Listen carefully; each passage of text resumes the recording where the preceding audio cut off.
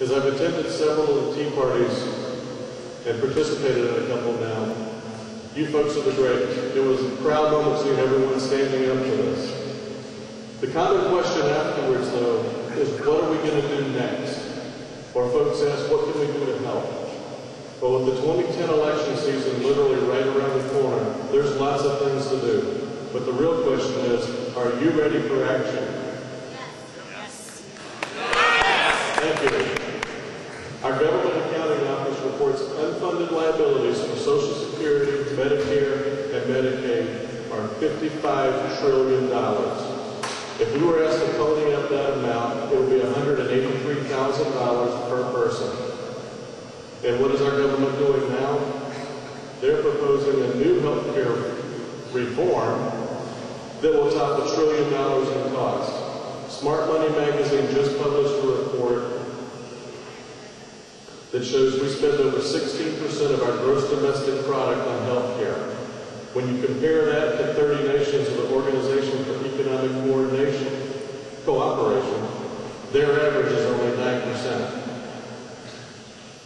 We're truly falling into the trap of throwing money at a problem instead of fixing the problem.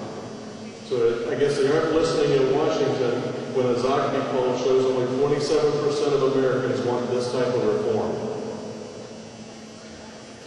With the Tea Party and Town Hall movement, we're getting a united voice. And hopefully it's going to be a chorus as we move into the election season that everyone is going to hear. And we will sustain this momentum because the 2010 election season starts now. We're 4 months away from the February primaries. We are 6 months away from the April local elections. School boards, aldermen, clerks, judges, all those elections are only 6 months away. By the end of this month, the county clerks, the city clerks, they should have posted on their websites what offices are going to be open to run for. It's time to get serious where we find good candidates to run for office against the tax and spend crowd, and we need good people to back those people that are willing to step forward and run for office. We have a common goal, a fiscally responsible government that ends our crack-like addiction to debt financing, a government of the people, by the people, and for the people, and not for the special interest groups. A government that works to promote a business climate and encourages entrepreneurship, and a government that protects its citizens and honors the Constitution. What are we going to do about this? It's time we change this cycle of governing that has given us 10% unemployment, a weakened dollar, and record national debt while conducting some of the least transparent governing practices in nearly a generation.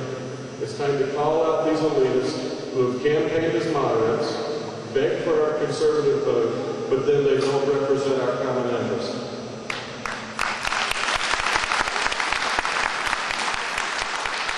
We need your help. We need your friends' help. And with that help, we can carry this momentum all the way through November of 2010. For too long, we've let politics be that obnoxious dog in the room that nobody wants to do anything with. I know, I was one of them. I'd put up my yard sign, I'd vote, but somebody else was going to make the phone calls, or somebody else was going to run for office. That wasn't my job. I was just a voter.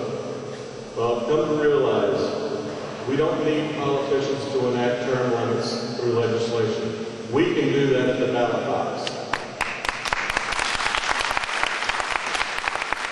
When we do nothing and expect change, we get nothing but more of the same. It's time to be more involved because politics is not a dirty word. Politics is no longer someone else's job, and it's our job if we want change in our local, state, and federal politicians. It's up to us.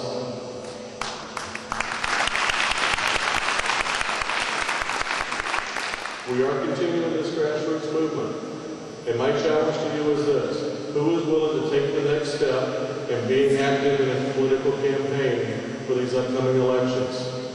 Who's ready to step up and become a candidate? Our Constitution and our Republic hinge on the involvement of the people if we truly want representation of the people, by the people, and for the young people. It's time to mobilize for the 2010 election season because it starts now. Thank you for joining us today. We appreciate your support.